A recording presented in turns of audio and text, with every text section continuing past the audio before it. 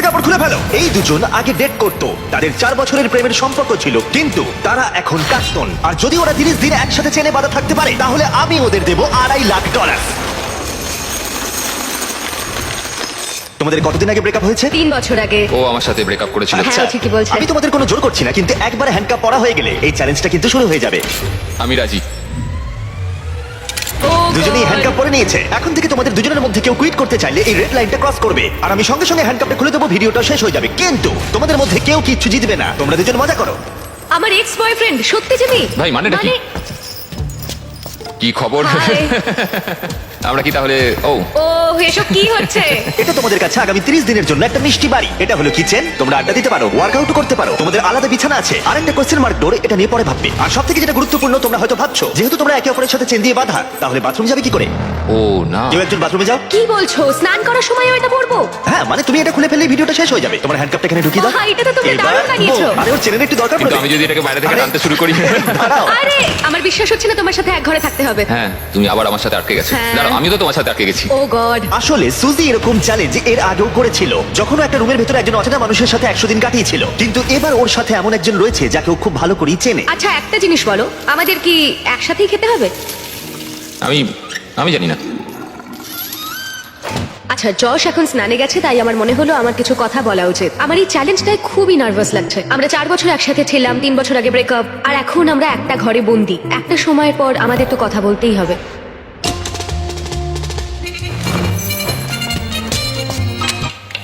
আরে আরে এটা কি করছো? Sorry. ঘুমটা তো ভাগিয়ে দিলে, এবার জেলেই রাখো। আজকে দ্বিতীয় দিনের সকাল, আর এই দুজন প্রাক্তন নিজেদের পুরনো ছন্দ খোঁজার চেষ্টা করছে। তুমি আমাকে রান্না করে দিলে, আমি খুবই খুশি হয়েছি। এই 60 ফুট লম্বা চেনের জন্য ওরা নিজস্ব জীবন যাপন করতে পারছে, আর এটাই বোধহয় ওদের প্রয়োজন ছিল। যদি আমাদের আরো কাছাকাছি বেঁধে রাখা হতো, সেটা ভেবে আমি অ্যাকচুয়ালি ভয় পাচ্ছিলাম। তোমার আমার সাথে থাকতে ভয় লাগছে? হ্যাঁ, এই ভয়টা অস্বাভাবিক নয়, কারণ এই চেনটা ছোট করা হবে, আর এই দুজন প্রাক্তনের কাছে সেটা বাধাও হয়ে দাঁড়াবে। এখান থেকে আমি বেরোতে চাই। তোমার জন্য মরে যেতে ইচ্ছা করছে। কিন্তু এখন একসাথে থাকাটা ওদের কাছে ক্রমশই কঠিন বলে মনে হচ্ছিল। তোমার গায়ে পড়লো? ও সরি। প্যানের পুরো তেলটা পড়ে গেল আমার সারা গায়ে। সরি। তোমার জন্য আবার আমাকে স্নান করতে হবে। মজাটা হচ্ছে যে আমি ওকে ইচ্ছা করে বিরক্ত করছি, ও এটাই ডিজার্ভ করে। ও আমার সাথে ব্রেকআপ করেছিল। আমার মনে হয় আমাদের নিজেদের সমস্যাগুলো ঠিক করে নেওয়া উচিত। হ্যাঁ, আমারও মনে হচ্ছে আমাদের দুজনকে একটু মানিয়ে চলতে হবে, না হলে সমস্যা হবে। কয়েকদিন ধরে জিমি এখানে আসেনি। আমার কিছু একটা করতে ইচ্ছা করছে, কারণ এখানকার এটাই ভাইব, নীরবতা সব সময়। পরিস্থিতি এতটাই জটিল হচ্ছিল যে আমি ভাবছিলাম চেনটা ছোট করা হলে সেটা ওদের কাছাকাছি আনবে, নাকি আরো দূরত্ব তৈরি হবে। আজকে পঞ্চম দিনে রয়েছে আমাদের প্রথম অফার। পঞ্চম দিনে স্বাগত। তোমরা দুজন রুমের দুদিকে রয়েছো কেন? কারণ সে সুযোগ আছে। ঠিক আছে, এদিকে এসো। প্রায় 1 সপ্তাহ হতে চললো, কেমন লাগছে বলো? আসলে ব্যাপারটা হলো আমি ওর সাথে মানিয়ে চলার চেষ্টা করছি। আমার পক্ষে তো কথা বলাটাও কঠিন হয়ে যাচ্ছে। হ্যাঁ, তোমরা একসাথে চেনে বাঁধা থাকা অবস্থায় 5 দিন কাটিয়েছো, তাই সেটা সেলিব্রেট করতে একটা স্পেশাল অফার আছে। যাই হয়ে যাক না কেন, তোমাদের চেন আমরা ছোট করবোই। ভাই। প্রথম অফারটা হলো একটা 50 ফুটের চেন, তোমাদের এখনকার চেনটা থেকে 10 ফুট কম। ওকে। আর দ্বিতীয় অফারটা হলো একটা 30 ফুটের চেন, তোমাদের এখনকার চেনটা হাফ করে দেওয়া হবে। আর যদি তোমরা এটাকে বেছে নাও, তাহলে আমি তোমাদের প্রাইস পুলে আরো $25,000 অ্যাড করে দেবো। যদি তোমরা এখানে বসে বসেই $25,000 জিতে নিতে চাও, তাহলে এই 30 ফুটের চেনটা তোমাদের নিতে হবে। না, এটা তো খুবই ছোট। আর যদি তোমরা এই চেনটাকে বাছো, তাহলে তোমরা একে অপরের অনেকটা কাছে চলে আসবে। না মানে 4 বছর তো আমি তোমার কাছে ফ্রিতে ছিলামই, এখন না হয় আরেকটু কাছে এলাম। এটা তুমি কি ওই বললে? 10,000 এর জন্য। তোমরা কি তোমাদের চেনটা হাফ করে নিতে চাও? আমি এতে রাজি। আমারও সেটা ইচ্ছা, আমি রাজি। ঠিক আছে, নোলান চেনটাকে কেটে ছোট করে দাও। ও গড। তোমাদের চেনটা এখন অফিশিয়ালি কেটে হাফ করে দেওয়া হয়েছে। তোমাদেরকে গুড লাক। চিয়ার্স। আমার এই টাকাটা নেওয়ার জন্য কোনো আফসোস নেই। আমাদের এখনো 25 দিন থাকতে হবে, তবে আমি এটা ভাবিনি যে চেনটা এত তাড়াতাড়ি ছোট হয়ে যাবে। বেশি ছোট হয়ে গেলে আমাদের মধ্যে অনেক সমস্যা হতে পারে। আমার তো মনে হচ্ছে যে এটা খুব তাড়াতাড়ি হতে চলেছে। এখন থেকেই শুরু করে দিলে? 24 ঘন্টাও হয়নি আমাদের চেন ছোট হয়েছে, আর আমাদের এখন থেকেই অনেক সমস্যা বেড়ে গেছে। যেমন এখন জর্জ স্নানে গেছে আর আমাকে টেবিলে বসে থাকতে হচ্ছে। আমার এখন বিছানায় শুয়ে থাকতে ইচ্ছা করছে, কিন্তু চেনটা আর অত দূর পৌঁছচ্ছে না। ভোর 4টের সময়ও আমাকে তুলে দিয়ে বললো যে ও বাথরুম যাবে। আমাকে ওয়াশরুম যেতে হবে। চেনটা ছোট হয়ে গিয়ে খুবই অসুবিধা হচ্ছে এখন। ও মাই গড, তুমি আমার থেকে দূরত্ব বজায় রাখো প্লিজ। আরে কি করছো? এমন ভাবে ঘামটা ঝাড়ছো যে আমার মুখের ওপর পড়ছে। আরে আমি পড়ে যাবো তো।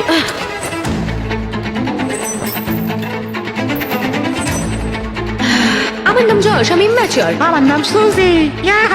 তোমাকে দেখতে খুবই জঘন্য Thank you. লাগছে, বাদরের মতো। আমার মনে হয় এই চ্যালেঞ্জটা অনেক ইজি হতো যদি আমি ওকে না চিনতাম। আমি জানি তুমি এটার উপর কাজ করছো, তুমি তোমার বেস্ট দেওয়ার চেষ্টা করছো, কিন্তু মাঝে মাঝে পাগলামো করছো। তুমি আমায় অপমান করছো। না, আমি ওরম ভাবে বলিনি। এটাকে অপমান করাই বলে। আজ সকালে আমি একটা কথা বললাম, তারপর তো তুমি ঝগড়াই শুরু করে দিলে। আমি ঝগড়াটা শুরু করলাম? তুমি ভাবছো তুমি যেটা বলেছো সেটা শুনে সবাই খুব মজা পাবে আর আমাকে নিয়ে মজা করবে, সবাই তোমার ঘরে থাকবে আর আমাকে অপমান করবে। তোমার না সত্যি মাথাটা খারাপ।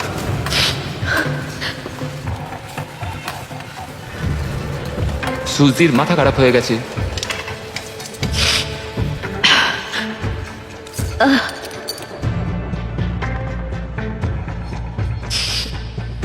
আমি জানি না এটা শেষ হলে আমার তোমার প্রতি কি অনুভূতি হবে। এটা পুরোপুরি একটা ভুল বোঝাবুঝি। মানে ও যখন ওই কমেন্টটা নিয়ে বললো, আমি একটা মজাই করেছি, আমি ওকে খারাপ কিছু বলিনি। তুমি জানো সমস্যাটা কি? তুমি মজা করলাম। আমি জানি না যশ আমাকে একটা দিনও না রাগিয়ে থাকতে পারবে কিনা। মানে তুমি আমাকে প্রতি কথায় ছোট করছো, যেটা আমার ভালো লাগছে না। আমি শুধু একটু মজা না, করছিলাম। অন্য কারোর সঙ্গে তুমি এরকম মজা করতে পারো না যখন তুমি জানো যে আমাদের কত মানুষ ও দেখবে। হ্যাঁ, তোমার তো অনেক মানুষের সামনে অনেক অপমান হয়ে যাচ্ছে। আমি মোটেই এরকম ছোট কিছু নিয়ে ভাবছি না, তুমি কতটা কষ্ট দিচ্ছ সেটা ভাবছি। হ্যাঁ, তো তোমাকে নিয়েই তো ভাববে। না, তুমি সেটা- হলে স্টার আর আমি কিছুই না, নয়। কথাটা শুধু আমাকে নিয়ে নয়, আমাদের দুজনকে নিয়ে। যশ এটা করেছে, যশ আমাকে বিরক্ত করেছে, সব যশেরই দোষ। কারণ তুমি আমাকে এমন এমন কথা বলছো যে আমার মনে হচ্ছে আমি মরে যাই। আমি বুঝতে পেরেছি, ক্ষমা চাইছি তার জন্য। কিন্তু এটা শেষ করার একমাত্র উপায় হলো আমাদের অতীতটাকে ভুলে যাওয়া। এখানে আমাদের 30 দিন থাকতে হবে, আর আমি জানি তুমিও সেটাই চাও। হ্যাঁ, এটা আমি যতটা ভেবেছিলাম তার চেয়ে অনেকটাই কঠিন। এভাবে যদি চলতে থাকে তাহলে আমরা বেশি দিন টিকতে পারবো না এখানে। কিন্তু আমাদের চেষ্টা তো করতেই হবে। একদম, আমাদের চেষ্টা করতেই হবে। আমরা শুধু এখানে সার্ভাইভ করে টাকাটা জিতে আর কোনোদিন কথা বলবো না।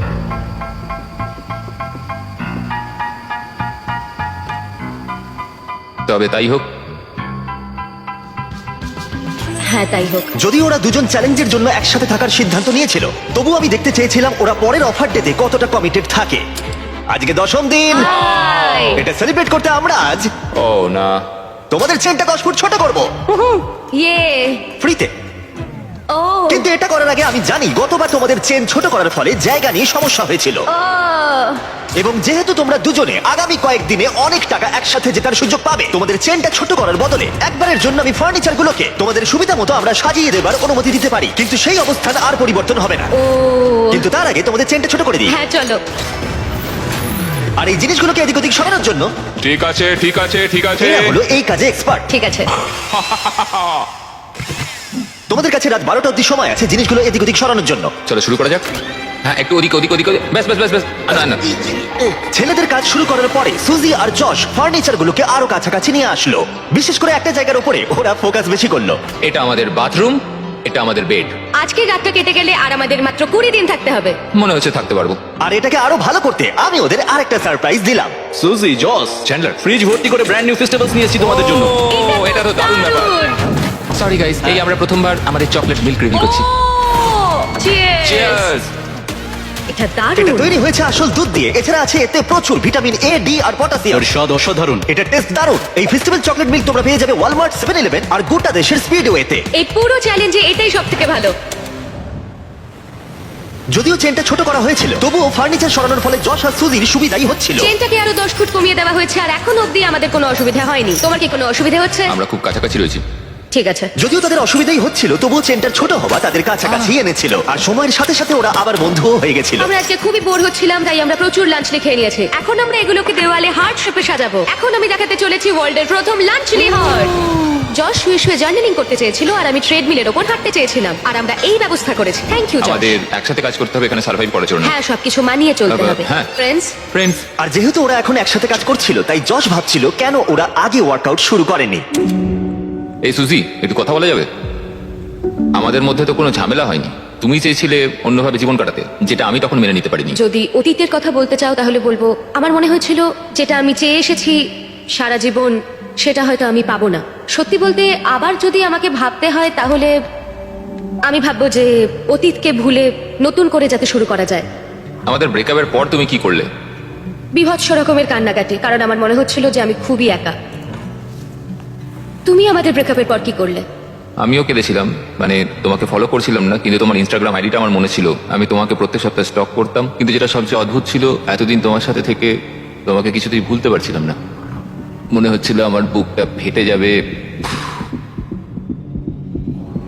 আরে কেঁদো না।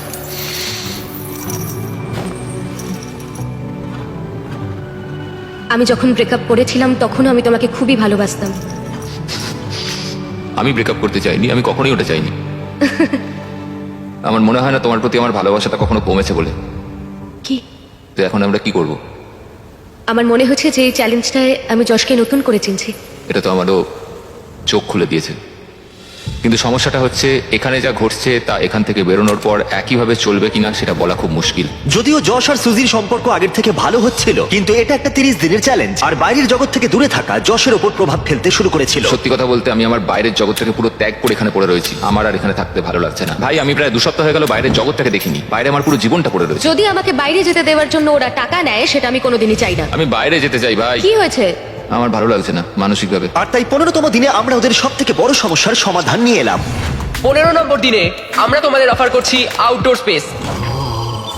আমি তোমাদের সুযোগ দিচ্ছি বাইরে যাবার আর তোমাদের জায়গাটাকে ডাবল করার। তার মানে তোমাদের যখনই ইচ্ছা হবে তোমরা বাইরে আসতে পারবে, কিন্তু একটা বিষয়, তোমরা এই বাইরের জায়গাটা পেতে পারো, কিন্তু তোমাদের চেনটা 10 ফুটের হয়ে যাবে। আমি বাইরের জগৎটাকে মিস করছিলাম। আমরা এখান থেকে সানসেটের দারুণ একটা ভিউ পাবো, অথবা সানরাইজের। হ্যাঁ, কিন্তু তার জন্য আমাদের এই চেনটাকেও হাফ করতে হবে। যদি এই অফারটা আমরা নিই বাইরে আসার জন্য, তাহলে আমাদের এত কাছে থাকতে হবে। আমাদের এটা নেওয়া উচিত নয়। সূর্যের আলো ছাড়া আমরা থাকতে পারবো? আমি কোনোভাবেই চাই না এত সুন্দর একটা অপরচুনিটি হাতছাড়া করতে। আমার এটা নিতে সত্যি ইচ্ছা করছে। 10 ফুট আরো কমে যাবে মানে ঘরে আমরা আদৌ নড়াচড়া করতে পারবো তো? তোমাদের অনেক কথা বলার সময় দিয়েছি, তাহলে তোমরা 15 দিনের অফার নিচ্ছ? একদমই না। ঠিক আছে, চলো তাহলে ভিতরে যাওয়া যাক। শুধু আর 1 মিনিট চলো, এখানে চলো। থাকতে দাও। তোমাদের হাতে মাত্র 10 সেকেন্ড আছে। 10, এই তো, ঢুকে 9, গেছি, ঢুকে 8, গেছি। 7, 6, 5, 4, 3, 2, 1। পরে দেখা হচ্ছে। তাহলে তোমার কি এই অফারটা না নিয়ে আফসোস হচ্ছে? জানি না, বাইরের জগৎ থেকে মিস করবো। 15তম দিনের অফারটা রিজেক্ট করা যশের উপরে সত্যিই প্রভাব ফেলেছিল, আর পরের দিনও তাকে বাইরে যাওয়ার ভাবনা কুড়ে কুড়ে খাচ্ছিল।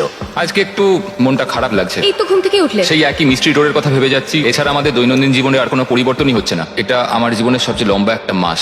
আজকের দিনে আমরা বড় কিছু একটা ঘটবে এক্সপেক্ট করেছিলাম, কিন্তু কিছুই হলো না। কেন আজকের দিনটা কাটতে চাইছে না? আশা করি মিস্ট্রি ডোরের মধ্যে যাই থাকুক না কেন ভালোই কিছু আছে। তোমার কি মনে হয় ওই ঘরটার ভেতর কি থাকতে পারে? ও মাই গড, যদি ওখানে টেসলা থাকে তাহলে তো আমি পাগল হয়ে যাব। যদিও সুজির কাছে এটা প্রথমবার নয় মিস্ট্রি চ্যালেঞ্জের মুখোমুখি হওয়া। সুজি আগের একটা ভিডিওতে মিস্ট্রি বক্স নিতে অস্বীকার করেছিল। তাতে ছিল $50,000 আর ওর ফেভারিট গাড়ি টেসলা, আর ও খুব কষ্ট পেয়েছিল। ও আমার কাঁদতে ইচ্ছা করছে। এটা আমার স্বপ্ন ছিল। ওরা টেসলা দিচ্ছিল।